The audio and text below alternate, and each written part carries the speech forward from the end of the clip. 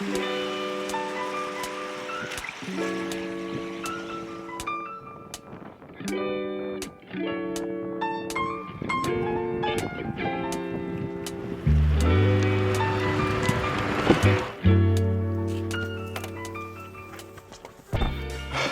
right, here we are. The Model 3 Highland, the refresh, the 2024 Model 3. We are one of the first, if not the first in the country to be test driving it. And I'm just gonna give you my first impressions raw. We've already had a chance to walk around this car in Walnut Creek, but today we're getting to drive it. So here we go. I'm here in Burlingame. This is one of the first locations, if not the first location, to have this vehicle. And right off the bat, it is noticeably quieter. The suspension is softer and it is quieter. I drove here in my Texas-built Model Y, and that's the quietest car I have from Tesla, aside from the S I used to have and the X I have now. This is pretty comparable to the quiet sounds of that vehicle. Okay, you can start to hear a little bit of road noise, but it's very quiet. It's very muted. It's a little bit of bass, nothing in the highs or mids in terms of how quiet it is. My windscreen is starting to fog up. I'm gonna go ahead and stop that from happening. But yeah, immediately it's quieter. This is a pretty bumpy road here in Burlingame, if anyone's ever been to that service center, the sales location. But it is quieter and just like tighter. I can still hear the rain on the windshield. It is raining currently. Oh, knocked my camera loose. Let me see if I can pull over real quick. I tried to experience the acceleration a little bit too much. Let's go ahead and adjust that. Car goes into park as I put my foot on the brake. Let's tighten up that camera. All right, sorry about that. You're getting the raw first experience here. There's gonna be very little editing in this video. Let's go ahead back into gear. Again, I just swiped up there. It's familiar enough to me now. I know that Dan from What's Inside just shared his Cybertruck video, and he was saying that he is forgetting which way to swipe on the screen. But once you kind of spend a little bit of time in one of the newer Tesla vehicles, my new Model X, it's pretty familiar. The lack of drive stalks, wow, there's a lot of space there, sure, but I don't know. I'm kind of used to it at this point. It's not a big deal. I've already kind of done like a little bit of a walk around, but I'm going to clarify a few things. One, the screen does have thinner bezels, so there's more screen to the actual screen up here. The steering wheel, now it should have it does actually honk. So they've returned the physical honk with this version. That's good to see.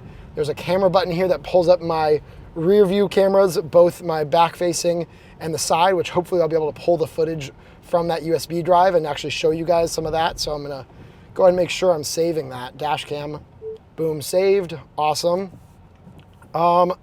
Yeah, headlights, toggling on, high beams. It's all done here on the steering wheel. An important thing to call out, the buttons here are both haptic and they seem to be physical. They've got a little bit of travel to them, and that's true of the door as well, which again, I'm gonna open up. Okay, very cool. Back into drive.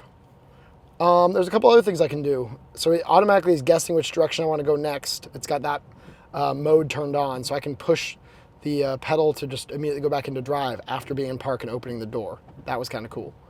Let's see, autopilot settings. Right now, I'm gonna go ahead and put it in park really quick to see, can I turn on auto steer? Yes, I can. It's letting me approve a few things. Yes, cool, good to go. Car must be present, or car must be in park to manage keys. So if I wanted to add another key, I could do that. They've already got Burlingame as the driver profile. Burlingame.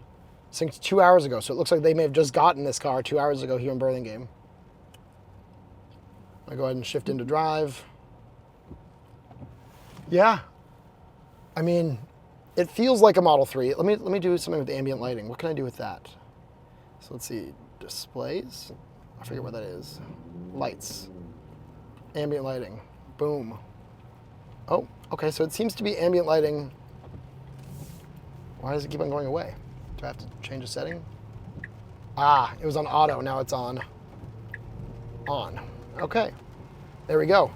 Again, accelerating pretty hard. I'm not gonna give it full because my camera might come loose, but you can hear just this faint, high-pitched motor whine. It's very faint, but otherwise the car is very quiet. This is Model S, Model X degree of quiet, which I'm a fan of. One of my bigger complaints with the newer Model 3s, other than like, you know, the prior to 2024, was that they're honestly louder than they should be. They weren't as sound dampened as I would have liked. And this finally feels like they've kind of stepped it up there. So I'm gonna give it, okay, some body roll. The car has some really playful dynamic there. It almost feels like the car, yeah, it's kind of like leaning into the turns. It's not quite as much as like a Cybertruck with the rear wheel steering, but it feels very playful, almost, yeah. It's tight, but not like high performance tight. It's more of a playful steering there. So I like it. It's very smooth for the riders. Yeah, I like the way that handles. I do hope that the performance one is just a little bit stiffer and a little bit more agile.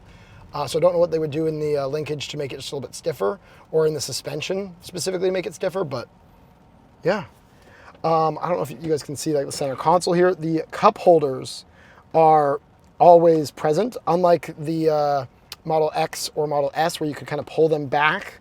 Unless you cover them up, they kind of occupy that space the whole time, but you can close up the console in the same way that you have with the Model S and X. I'm gonna go ahead and start heading back towards the showroom. Let's see. I haven't even looked at what specs this one is yet. Yeah, it's got pretty good pickup. I'm gonna guess, I don't wanna guess wrong. Let me see. This car has 50 miles on it.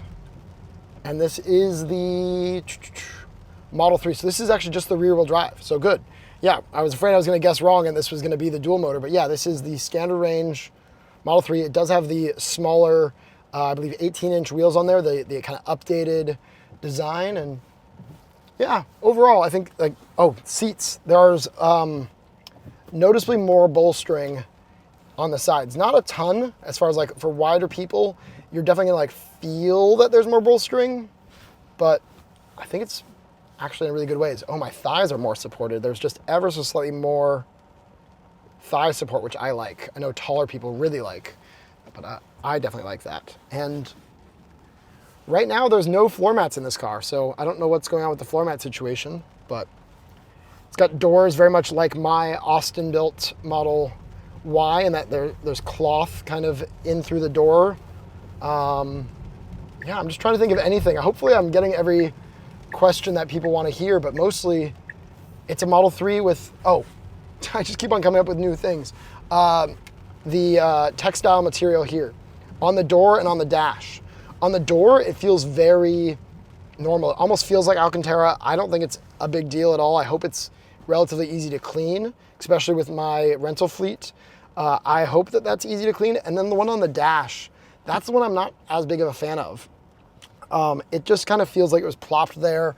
I hope that they are intending to have different versions, like they used to have the wood or the kind of white, I don't know what to call it. I'll call it white plastic.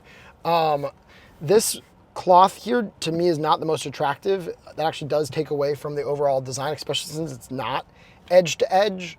But I'm imagining there's going to be either aftermarket versions or that the performance version is going to have a carbon fiber dash insert there. So yeah, overall, again, this car handles very well. It's quick. It's pretty quiet, comparable to an S or X. I think with Teslas, you've got to consider how it's going to wear over time. Tesla's latchings, in my experience, haven't always been the best. Some of how it secures, and so yeah, basically the way I say it is every Tesla I've had before it hits 50,000 miles, some part of it is starting to creak in some way. At this point, with 50 miles, nothing's creaking. This is a very quiet car at this point, and hopefully they've really thought to really secure things better. I think they have slowly gotten better at that over the years, but we'll have to wait and see for that. that's pretty much it. I mean, I don't know what else I can tell you guys. I'm gonna make sure I record some more of that footage from the actual car here, and I'm gonna be including that throughout the video. And yeah, key card location has changed. It's no longer weirdly behind the cup holders. It is on the wireless phone charger up front, so you can just briefly tap it there when you're getting started. And yeah, the steering wheel shape, the steering wheel size, I really like it. It feels a little bit more performance designed. Anyways, I guess that's it for me, guys. Thanks for watching. I hope you enjoyed this video. If you enjoyed it, please like, comment, subscribe. Follow us on all other social media as the Kilowatts, or a spot where I'm gonna have to pull a Yui here. Or also check out what we're building with Dispatch. It's my new business. It's kind of where the majority of my focus is going, focused on EV car sharing. So if you haven't already, check out Dispatch. Thanks for following. We'll see you in the next one. One thing I wouldn't have expected, there's no camera up here. There's nothing in that little spot. Let me see if I can show you. There's just a hole. I don't know if you can see that. There's just a hole where the camera would be. And I don't know why that would be. I don't know if their plan is to remove the camera, or if this one just happened to not have a camera because it's one of the earliest production models. But yeah, that's an interesting thing.